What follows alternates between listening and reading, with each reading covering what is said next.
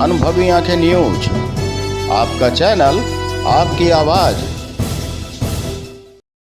अगर आपने अब तक हमारा चैनल सब्सक्राइब नहीं किया है तो सब्सक्राइब करें और बेल आइकन अवश्य दबाएं ताकि खबरों का नोटिफिकेशन आपको मिलता रहे। नामांकन है उसके अंगेस्ट में उपस्थिति केवल राजधानी पटना के सदाकत आश्रम में डॉक्टर उदित राज सांसद ने प्रेस वार्ता किया। आपको बता दें कि सांसद बनने के बाद उन्होंने बताया कि 350 तारांकित और अतारांकित सवाल संसद में पेश किया गया, जब 25 निजी बिल पेश हुए एवं 22,307 पत्र लिखे सेट करोड़ मुद्दे संसद में उठाए। यही नहीं, 2 अप्रैल 2018 को दलितों द्वारा भारत बंद का नेतृत्व भी उन्होंने किया।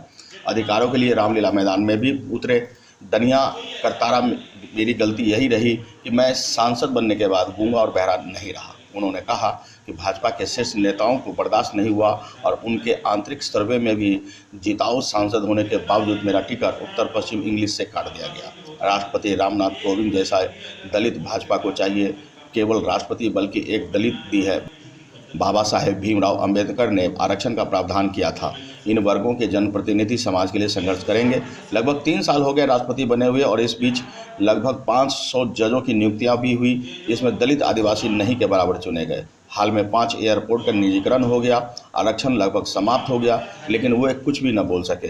भाजपा उन्हीं दलितों को आगे बढ़ाती है जो गूंगे और बहरे हों, और मैं गूंगा बहरा नहीं हूँ। यही वजह है कि मुझे दरकिनार किया गया। उसमें से अब उनकी संख्या उसी परिवार से बढ़ोतरी हुई तो संख्या हो गई होगी 10,000। लेकिन और तीसरी बात मैंने कह दिया कि राष्ट्रपति से नहीं बात कर रहा हूँ, मैं एक दलित से संवाद कर रहा हूँ। अगर आरक्षण न होता तो न मैं दिखता यहाँ पर, न रामनाथ कोविंद जी और राष्ट्रपति होते।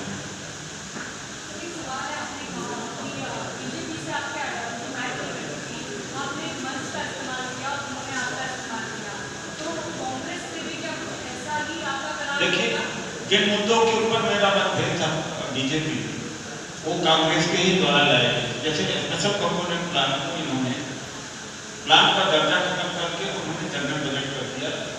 यानी नौकरियों और भागीदारी के लिए सरकार ने आरक्षण है, लेकिन दलितों आदिवासियों के आर्थिक उत्थान के लिए स्पेशल कंपोनेंट प्लान और ट्राइबल सप्ताह, तो वो एक प्लान था, प्लान इन सब प्लान को खत्म कर दिया। उसका मैंने भी किया। और विशेष भर्ती अभियान राजीव गांधी जी ने अप्रैल 89 में इंट्रोड्यूस किया था, उनको इन्होंने खत्म कर दिया। और इन्होंने SC/ST एक्ट उस समय का बनाया, इन्होंने खत्म कराने का कार्य किया।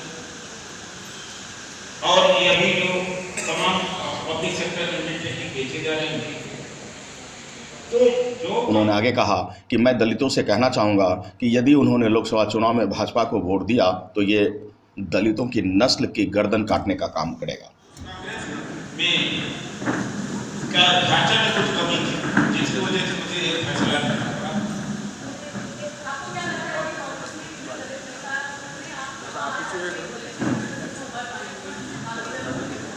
क्योंकि जो भी है आज तक जो दलित नेता भारतीय जनता पार्टी का कांग्रेस नहीं कर, चाहे वो वासुदेव देवराम जी ने और बाबा साहब का, जब भारत आजाद हो गया तो संविधान सभा की सदस्यता उनकी समाप्त हो गई थी पहले पंजाब से।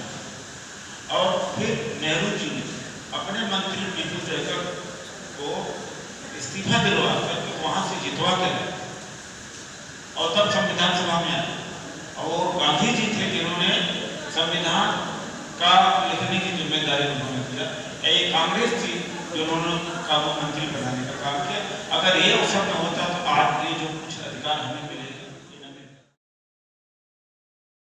राजनीति की हर छोटी बड़ी खबर के लिए देखते रहें अनुभवी आंखें न्यूज।